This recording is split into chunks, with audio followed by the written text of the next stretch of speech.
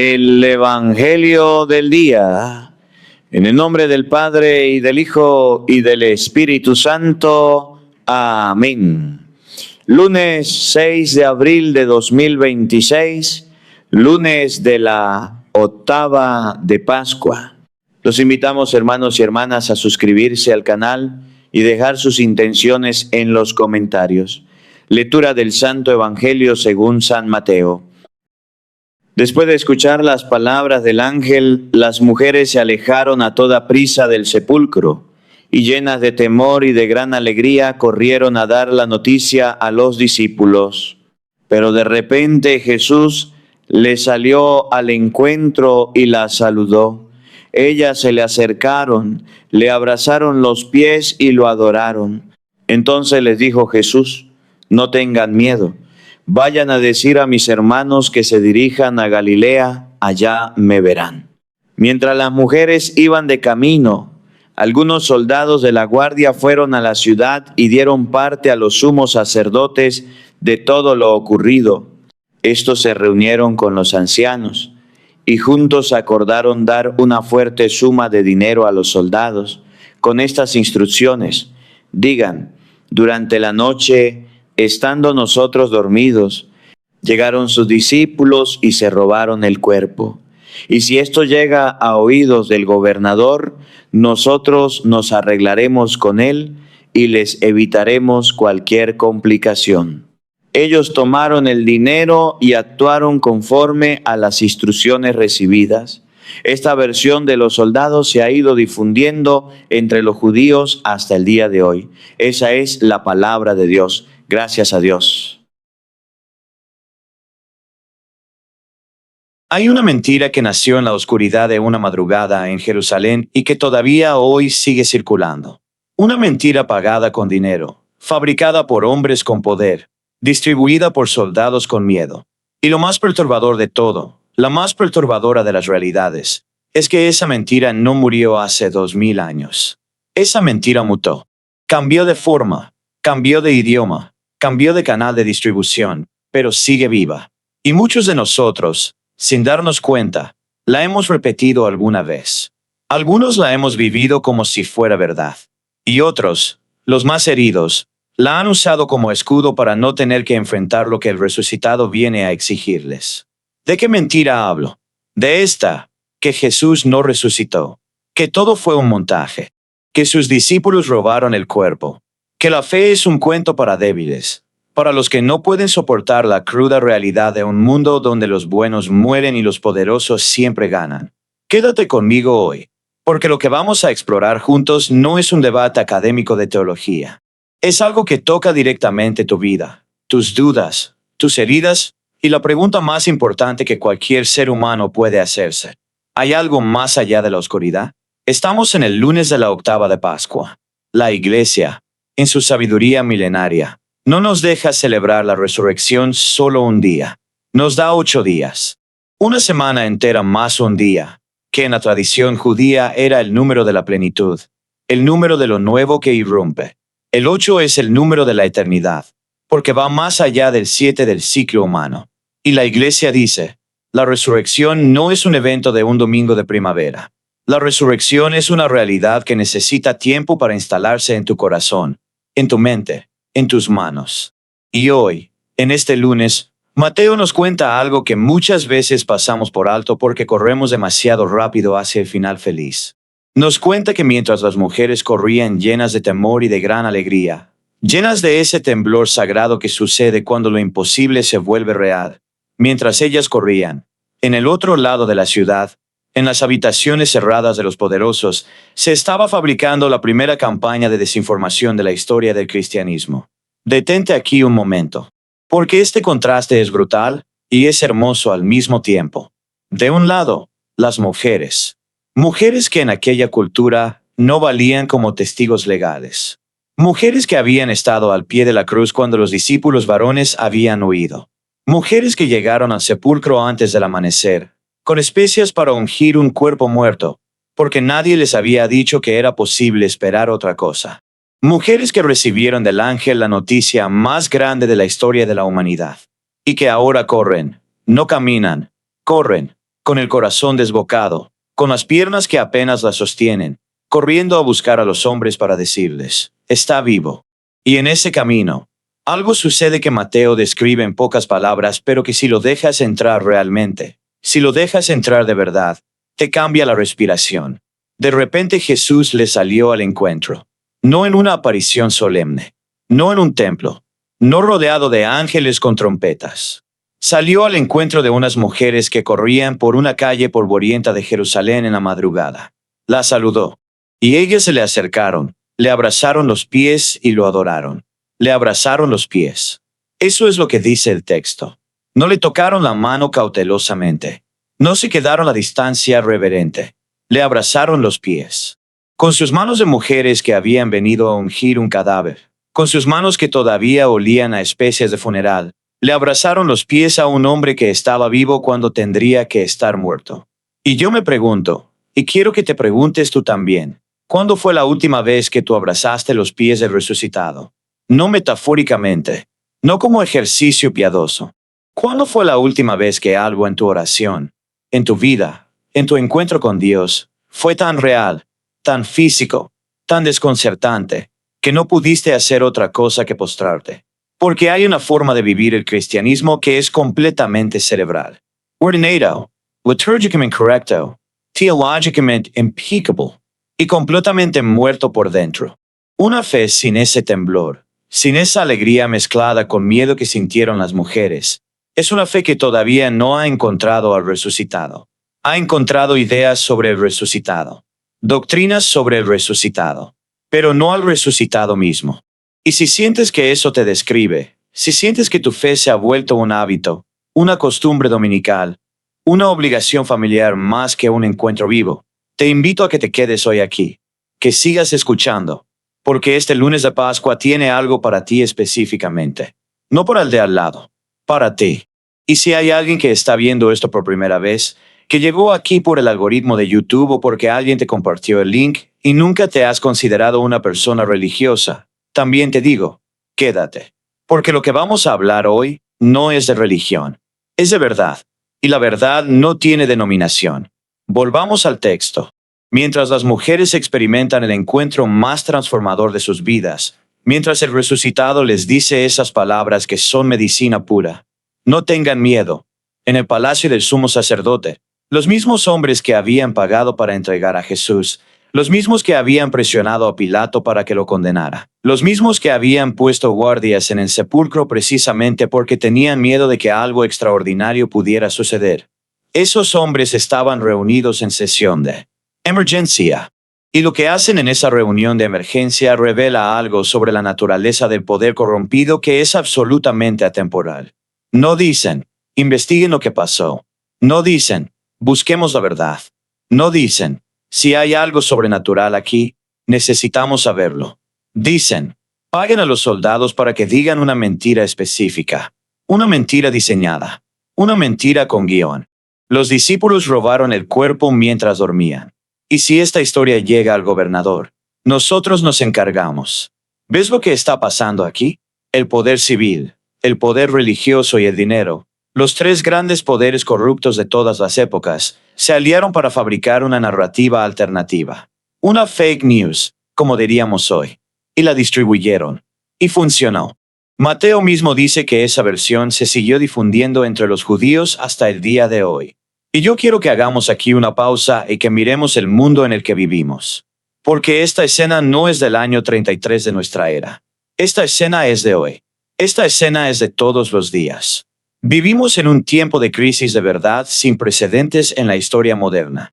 No porque nunca antes se haya mentido, porque la mentira es tan antigua como Caín, sino porque nunca antes los instrumentos para fabricar y distribuir mentiras habían sido tan sofisticados, tan rápidos, tan accesibles. Nunca antes una mentira había podido dar la vuelta al mundo completo antes de que la verdad se pusiera los zapatos. Piensa en lo que hemos vivido en los últimos años. Pandemias de desinformación que han costado vidas reales. Guerras narradas de maneras completamente opuestas según desde qué lado del algoritmo te informa. Líderes políticos de todos los espectros que fabrican realidades paralelas y encuentran millones de seguidores dispuestos a habitarlas. Redes sociales convertidas en máquinas de amplificación de lo falso. Inteligencia artificial capaz de crear videos de personas diciendo cosas que nunca dijeron, con tal perfección que el ojo humano no puede distinguirlos de lo real. Y en medio de todo eso, la pregunta de siempre: ¿qué es verdad? ¿En quién puedo confiar? Hay algo en este mundo que no pueda ser comprado, manipulado, falsificado. Pedro, en el discurso que leímos hoy de los Hechos de los Apóstoles, da una respuesta. Y la da con una valentía que hay que entender en su contexto para valorarla en su magnitud. Porque Pedro no habla en un salón académico. Pedro no habla ante una audiencia amable. Pedro habla en Jerusalén, a pocas semanas de la crucifixión, ante la misma multitud de la que muchos habían gritado crucifícalo, ante personas que conocían a los sumos sacerdotes, ante personas que habían escuchado ya la versión oficial. Sus discípulos robaron el cuerpo. Y Pedro se levanta y dice, con todas sus letras: Israelitas, escúchenme. Jesús de Nazaret fue un hombre acreditado por Dios ante ustedes, mediante milagros que ustedes mismos conocen. Ustedes, con sus propias manos, utilizando a los paganos, lo clavaron en la cruz. Y Dios lo resucitó, rompiendo las ataduras de la muerte, porque no era posible que la muerte lo retuviera bajo su dominio. Hay una frase ahí que me persigue desde que la medité. No era posible que la muerte lo retuviera bajo su dominio. En el original griego, la imagen es incluso más física. Las ataduras de la muerte. Como si la muerte hubiera tratado de atar a Jesús con cuerdas, con cadenas, y Jesús simplemente hubiera roto esas ataduras desde adentro. Como quien revienta una cadena oxidada. Como quien sale de una habitación cerrada con llave, no porque la puerta se abra, sino porque la muerte misma no tiene la fuerza suficiente para retenerlo. Y Pedro cita a David, al mismo David cuyo sepulcro, dice Pedro, pueden ir a ver hoy mismo. Está ahí, con su cuerpo todavía adentro. David, que era profeta, que escribió en el Salmo: Tú, Señor, no me abandonarás a la muerte, ni dejarás que tus santos sufra la corrupción. David, que sabía que esas palabras no hablaban de él mismo, porque murió y lo enterraron y su cuerpo se corrompió como el de todos los mortales. David, que profetizaba sobre alguien que vendría después de él. Alguien en quien esa promesa se cumpliría de manera literal, física, real. Y ese alguien, dice Pedro, es Jesús. Y de ello todos nosotros somos testigos. Testigos. Esa palabra es clave. En griego, mártir. Los testigos son los que dan testimonio de lo que vieron. Y en la iglesia primitiva, ser testigo del resucitado tenía un precio. Un precio que muchos pagaron con su vida. Y precisamente por eso, precisamente porque la historia está llena de personas que prefirieron morir antes que decir que no lo habían visto resucitado, la teoría del complot de los sumos sacerdotes se cae sola. Porque dime, ¿tú morirías por una mentira que tú mismo fabricaste? ¿Te dejarías crucificar, lapidear, decapitar, antes que renunciar a algo que tú sabes que es falso porque tú lo inventaste? Nadie muere así por una mentira propia. Puedes morir por una mentira que otros te contaron y que tú creíste, pero no por una que tú fabricaste. Los apóstoles no murieron por un mito que ellos construyeron. Murieron proclamando algo que ellos habían visto, tocado, comido con él después de que lo habían visto morir. Y eso no lo explica ninguna teoría del robo del cuerpo. Eso no lo explica ninguna alucinación colectiva. Eso no lo explica ninguna conspiración de hombres asustados escondidos en un cuarto. Quiero hablar ahora de algo que tal vez nunca has conectado con este texto, pero que creo que es necesario conectar hoy.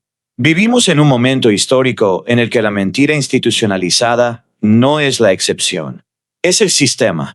Y eso tiene consecuencias devastadoras sobre la psicología de las personas. Hay estudios recientes que muestran que la generación joven de hoy, la que creció completamente inmersa en la era digital, tiene niveles de desconfianza institucional sin precedentes en la historia moderna. No confían en los gobiernos. No confían en los medios de comunicación. No confían en las empresas. No confían en las religiones organizadas. No confían en casi nada. Y en parte, honestamente, tienen razón de desconfiar. Porque han visto cómo se fabrican las mentiras. Han visto cómo los poderosos se protegen entre sí. Han visto cómo el dinero compra narrativas. Han visto cómo las instituciones que deberían protegerlos los han traicionado. Pero hay algo que sucede cuando el escepticismo se convierte en nihilismo total.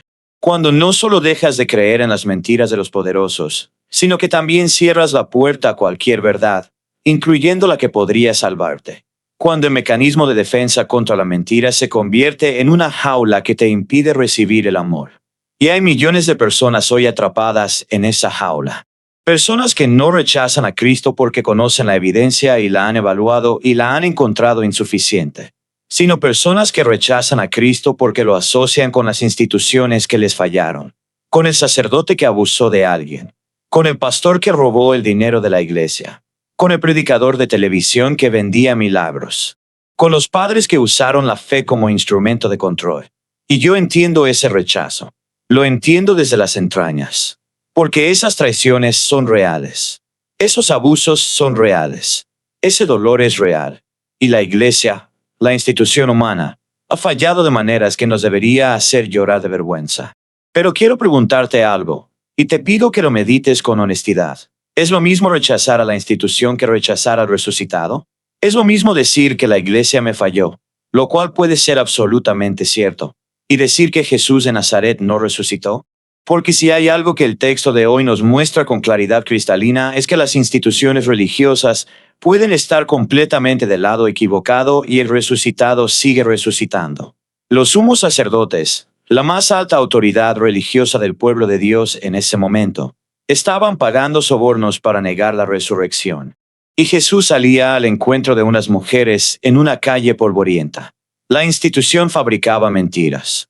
El resucitado encontraba personas. Y sigue siendo así. Hoy mismo. En este momento. Si llevas tiempo alejado de la fe porque alguien que representaba a la iglesia te hizo daño, quiero decirte algo con todo el amor y toda la claridad que puedo. Tienes derecho a estar enojado. Tienes derecho a exigir cuentas. Tienes derecho a que la institución se arrepienta y repare. Pero no tienes por qué cargar a Jesús con la culpa de los que lo traicionaron a él antes de traicionarte a ti. Porque Jesús no pagó a ningún soldado para que callara. Jesús no fabricó ninguna narrativa. Jesús no usó el poder para protegerse. Jesús murió en una cruz, en la forma más humillante que el Imperio Romano había inventado, porque se negó a ejercer el tipo de poder que el mundo le ofrecía. Y resucitó, no en un palacio, no ante los poderosos, ante unas mujeres que corrían por una calle con las manos llenas de especias de funeral. Y eso es lo que Pedro proclama en Pentecostés, con una valentía que me parece sobrehumana. Porque 50 días antes este mismo Pedro había negado conocerle 3 veces ante una simple sirvienta. Pedro, el mismo que se había escondido, el mismo que había jurado que no lo conocía, ahora está de pie ante miles de personas, en la ciudad donde acababan de matarlo, diciendo, Dios lo resucitó y de ello todos nosotros somos testigos. ¿Qué le pasó a Pedro? La misma cosa que les pasó a las mujeres. El encuentro con el resucitado. Un encuentro que no se enseña, que no se aprende, que no se fabrica. Un encuentro que sucede, y que cuando sucede, te cambia desde adentro de manera irreversible. Quiero hablar de algo más que el texto nos ofrece y que normalmente no se predica porque es incómodo. Las mujeres del Evangelio de hoy vivían algo que podríamos llamar disonancia cognitiva al máximo nivel. Temor y alegría al mismo tiempo. El texto dice exactamente eso. Llenas de temor y de gran alegría. Esas dos cosas juntas, en el mismo corazón, en el mismo momento. El temor porque lo que estaban experimentando rompía todas las categorías de lo posible. Los muertos no resucitan. Tú lo sabes y yo lo sé. Nadie en la historia de la humanidad ha visto a un muerto levantarse de su tumba con un cuerpo glorificado, con heridas que siguen visibles pero con una vitalidad que trasciende lo biológico. Eso no entra en ningún marco de referencia humano. Y cuando algo no entra en ningún marco de referencia, lo primero que sientes es miedo. El miedo ante lo radicalmente desconocido, ante lo que no puedes controlar ni categorizar. Y al mismo tiempo, alegría. No felicidad. No la satisfacción light que sentimos cuando nos va bien en el trabajo o cuando el equipo favorito gana. Alegría. En griego, chara. Una de las palabras más cargadas del vocabulario del Nuevo Testamento. Una alegría que tiene raíz, que tiene profundidad, que no depende de las circunstancias externas porque nace de algo que está más allá de las circunstancias. Y yo me detengo aquí porque creo que esta tensión entre el temor y la alegría es la experiencia más honesta de la fe auténtica. Y es exactamente la contraria a los dos extremos falsos que el mundo nos ofrece. Por un lado, una fe de puro miedo. La fe que obedece porque tiene terror al infierno. La fe que reza porque tiene miedo de que algo malo le pase si no lo hace. La fe que va a misa porque teme el que dirán o porque heredó una culpa que nunca termina de pagar. Eso no es fe. Es religión de trauma. Y hace un daño enorme porque presenta a Dios como un tirano que te tolera mientras cumpla sus requisitos. Por otro lado, una fe de pura alegría light. La fe de las sonrisas de plástico, de los coros animados sin profundidad, de la teología de la prosperidad que te promete que si crees lo suficiente, Dios te va a dar casa, carro y salud perfecta. La fe que no tiene espacio para el dolor, para la duda, para la noche oscura del alma. La fe que, cuando llega la enfermedad o la pérdida o la traición, no tiene nada que ofrecer porque construyó un Dios que solo existe para las temporadas de bonanza. La fe real, la que estas mujeres vivieron en ese camino al amanecer del primer día de la semana, es temor y alegría juntos. Es el temblor ante la magnitud de lo que Dios ha hecho, y la alegría de saber que ese Dios tan grande, tan incontrolable, tan absolutamente más de todo lo que puedes imaginar, ese Dios te conoce por nombre, te salió al encuentro, y te dice, no tengan miedo, no tengan miedo. Esas son las primeras palabras del resucitado en este evangelio. No un sermón, no una reprimenda por haber huido, no una lista de condiciones para ser aceptados de vuelta. No tengan miedo. Y eso, hermano, hermana, es el corazón de la resurrección. No es solo que Jesús volvió a la vida. Es que el que volvió a la vida lo primero que hace es buscar a los que más lo necesitan, salirles al encuentro sin que lo llamen, y decirles que no teman. Hoy, en este lunes de Pascua, mientras el mundo sigue fabricando sus mentiras con la eficiencia de siempre, mientras los poderosos siguen reuniéndose en sus habitaciones cerradas para decidir qué narrativa conviene más a sus intereses, mientras la desinformación circula a la velocidad de la luz y la gente no sabe en qué creer, el resucitado sigue saliendo al encuentro. Sale al encuentro de la madre que esta madrugada lloraba sola porque su hijo está perdido en las adicciones y ella no sabe ya qué más hacer ni a quién más pedirle. Sale al encuentro del joven que lleva meses mirando el techo de noche porque la ansiedad lo tiene paralizado y siente que su vida no tiene sentido.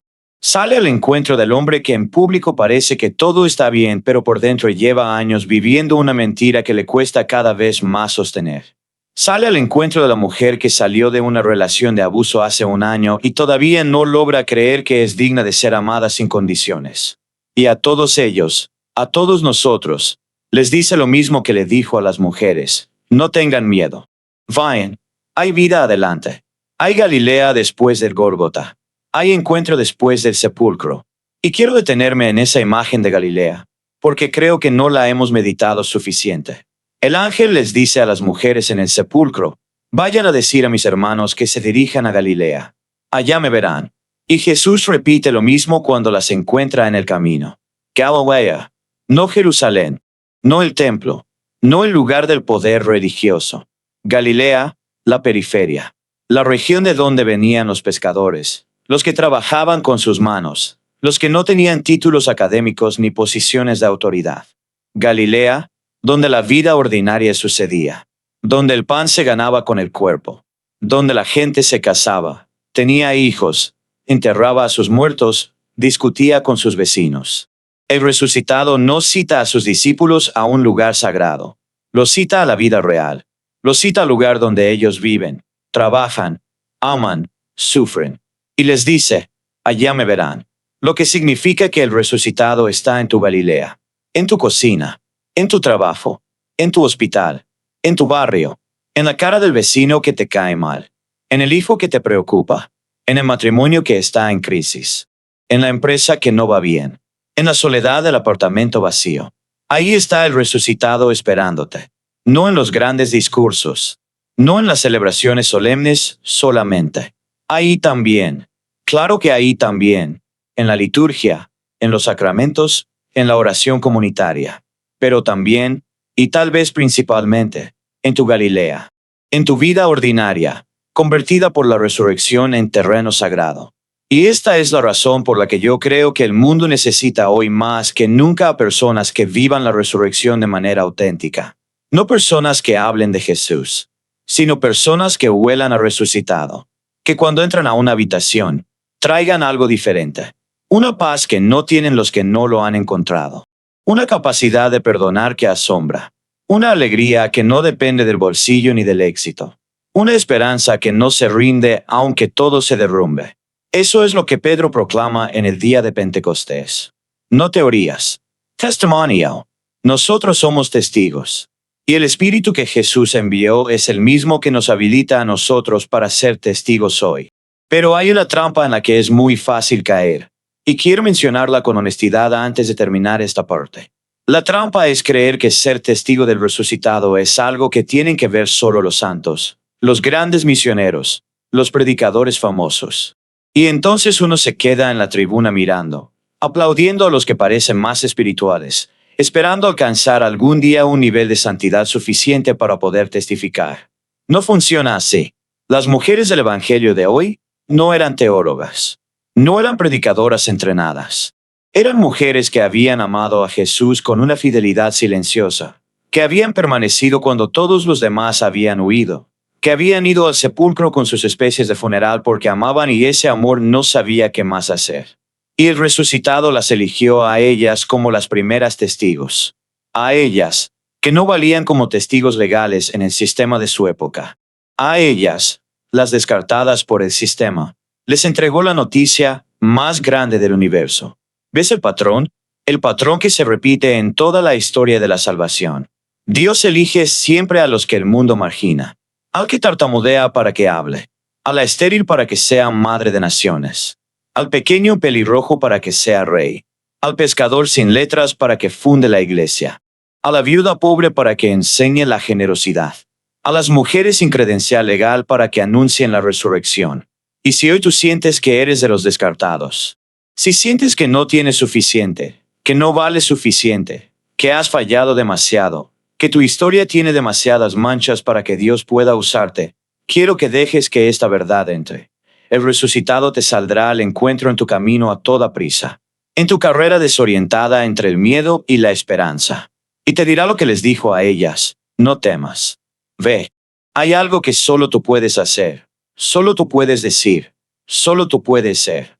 Y mientras lleva todo esto a su corazón, me gustaría hacer una pausa breve para invitarle, si todavía no lo ha hecho, a suscribirse a este canal. Porque cada día aquí, en este espacio, intentamos hacer exactamente lo que Pedro hizo en Pentecostés.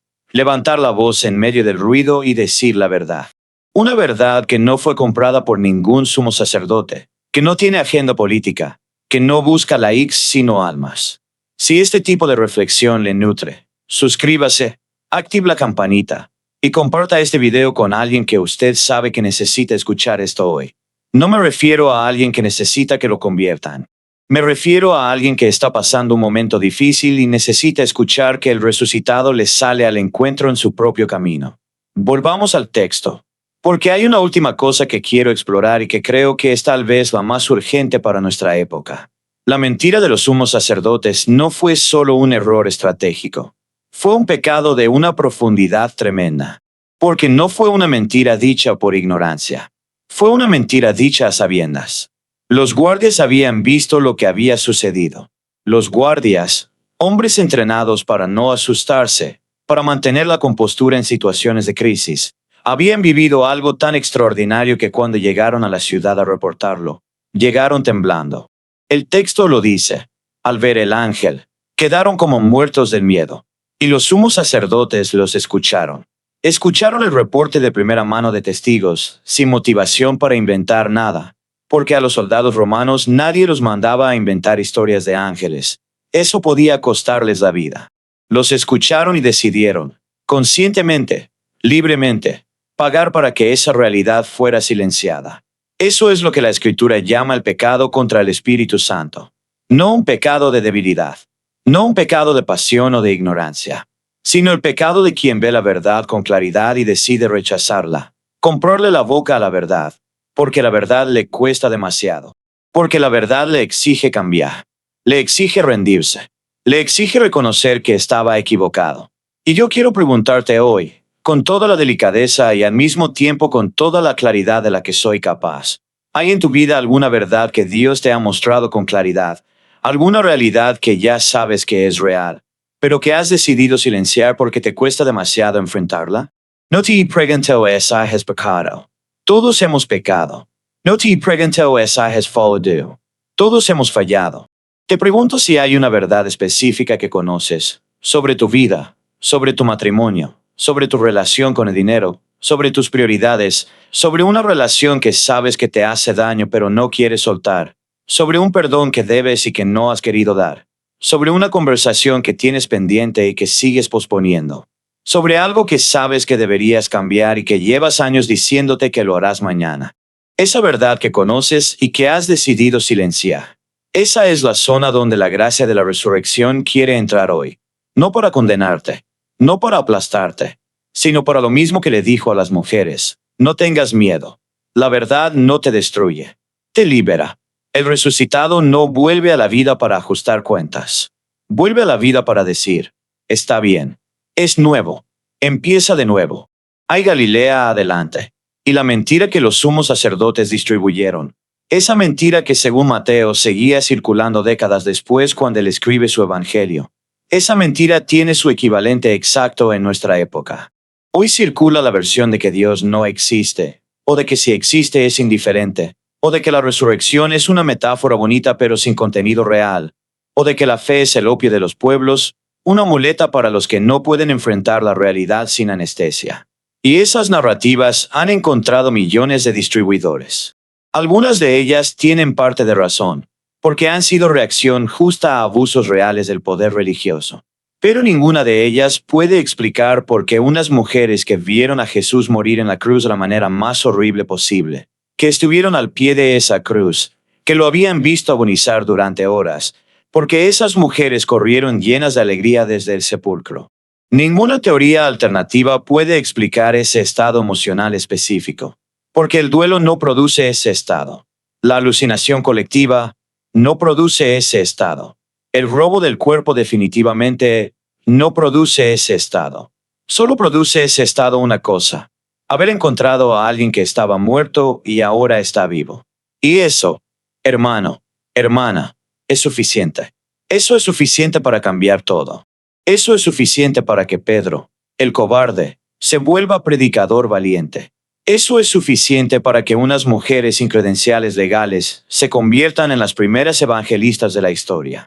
Eso es suficiente para que 2000 años después, en un lunes de Pascua del siglo XXI, alguien en algún rincón del mundo esté escuchando estas palabras y sintiendo que algo en su interior se mueve, que algo que estaba cerrado se está abriendo, que hay algo en todo esto que le toca de una manera que no puede explicar completamente con palabras. Si eso te está pasando mientras escuchas, no lo ignores. No lo racionalices. No digas mañana pienso en eso. Ese movimiento interior es el Espíritu Santo, el mismo que Pedro dice que Jesús ha comunicado, el mismo que los oyentes de Pentecostés estaban viendo y oyendo. No se deja atrapar por definiciones. Se deja encontrar en la honestidad. Dile hoy a Dios exactamente lo que estás sintiendo, con las palabras que tienes, sin liturgia perfecta, sin teología elaborada. Las mujeres le abrazaron los pies. No le dieron un discurso, le abrazaron los pies. Tú haz tu versión de abrazar los pies del resucitado. Dile: aquí estoy, con mis miedos y con mi alegría mezclados, con mis dudas y con mi amor mezclados, con mis pecados y con mi deseo de vida nueva mezclados. Aquí estoy. Y Él te responderá. No siempre de la manera que esperabas. No siempre de la manera que planeaste. Pero te responderá. Porque Él sale al encuentro. Siempre sale al encuentro. Hoy es lunes. El día que muchos odian porque es el más lejano del descanso y el primero del trabajo. El día que nadie elegiría para que sucediera algo extraordinario. Pero fue en un lunes, en un amanecer cualquiera de un primer día de la semana, cuando las mujeres corrían y el resucitado salió al encuentro. Cuando el miedo y la alegría se encontraron en el mismo corazón. Cuando la mentira de los poderosos y la verdad de Dios estuvieron en la misma ciudad. Y la verdad de Dios no necesitó pagar a nadie. Que este lunes de Pascua sea para ti el lunes en que algo en tu interior resucita. Que sea el lunes en que el Señor te sale al encuentro en tu camino específico, en tu Galilea particular, en tu vida ordinaria que Él ya convirtió en sagrada. No tengas miedo.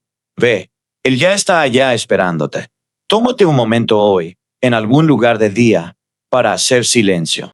No un silencio de meditación, ni de técnica de mindfulness, aunque eso también está bien. Un silencio donde le digas a Dios, ¿qué es lo que quieres decirme a mí, específicamente a mí, en este lunes de Pascua?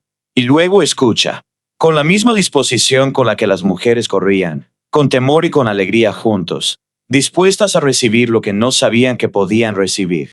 Y si este camino de reflexión diaria te hace bien, si sientes que este espacio te ayuda a encontrar al resucitado en tu Galilea cotidiana, comparte este video con alguien. No para hacer propaganda, sino porque así funciona el Evangelio.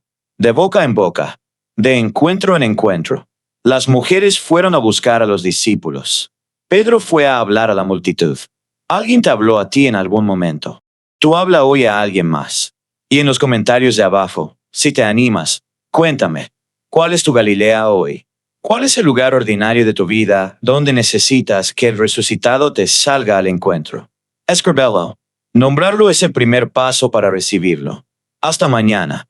Que el Señor resucitado te acompañe en cada paso de este día.